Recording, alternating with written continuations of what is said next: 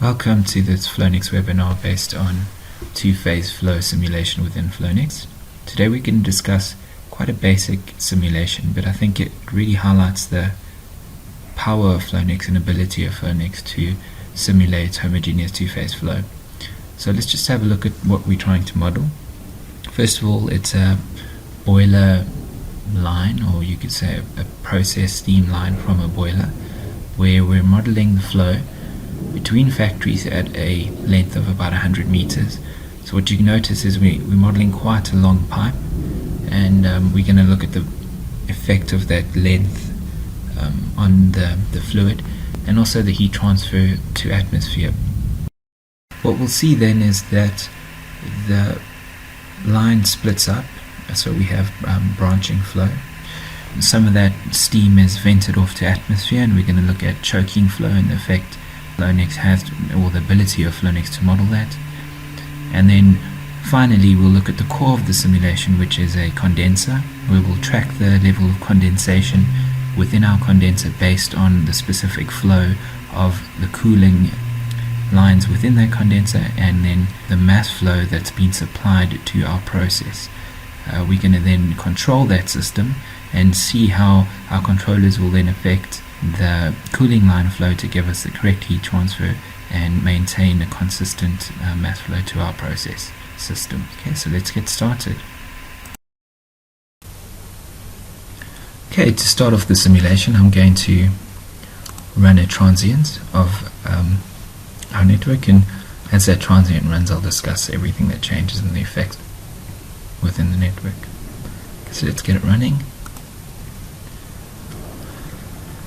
Okay, first of all, you can see we've now ran a script to change the cooling line mass flow. It was around 1 kilogram per second. We've just increased that to around 2.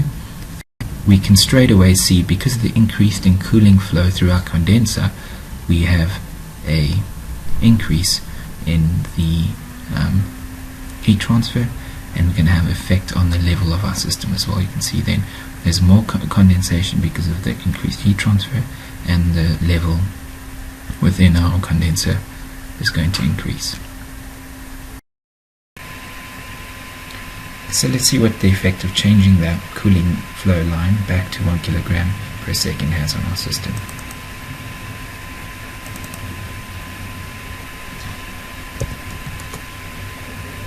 Straight away we can see that decrease in flow, obviously decrease in heat transfer, and once again our level is going to be affected.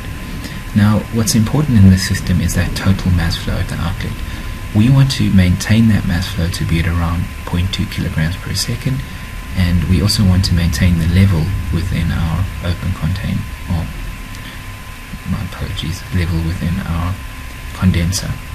So let's now switch on our control systems and let them control it to maintain the exact properties that we would like. So I'm going to switch them on, and now once again increase my cooling flow line to change my system properties, and then we'll see how those controllers control the network. Okay, so what's happening with this controller is it's going to vary the inlet or outlet valve diameter, and the electronic valve at the bottom is going to vary the mass flow out of the system. Now this is all done in a HMI of the Flownex network, so it's visualization of the actual network that's running in the back. As you can see, we have multiple pages. I'm just going to move to our Flownex network, where basically all the engineering work is done. You can see it's exactly the same network, it's just where all the inputs of the properties and various components are set up. So if we look at those controllers, again we're measuring in this case the mass flow at the outlet of the pipe, and we're controlling the valve opening.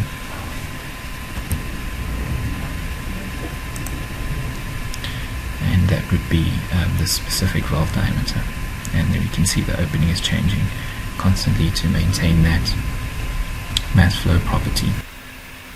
Okay, let's have a look at the 100-meter pipe at the inlet where we're modeling heat transfer to atmosphere.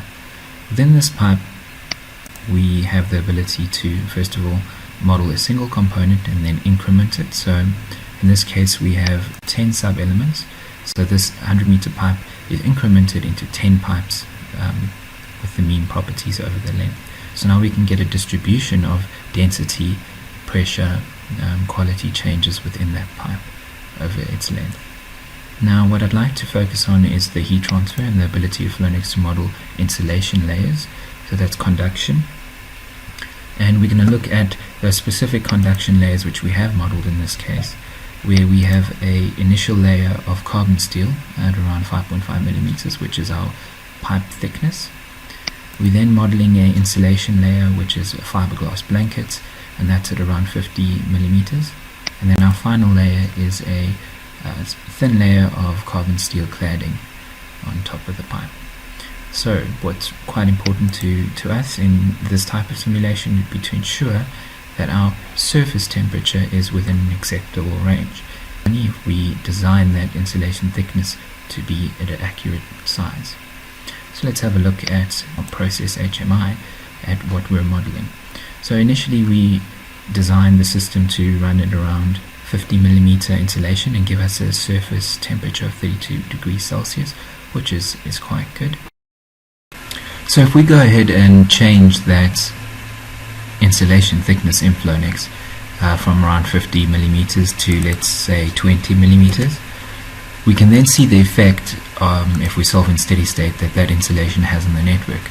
So now we have a case where we don't have an acceptable outlet or surface temperature of 32 degrees. It's gone up to around 55 degrees, and we can then use tools in Flownex to design the optimum cladding and insulation thickness to give us the temperature that we do require. In this case, we're just going to keep it around 50 because 32 degrees is quite acceptable.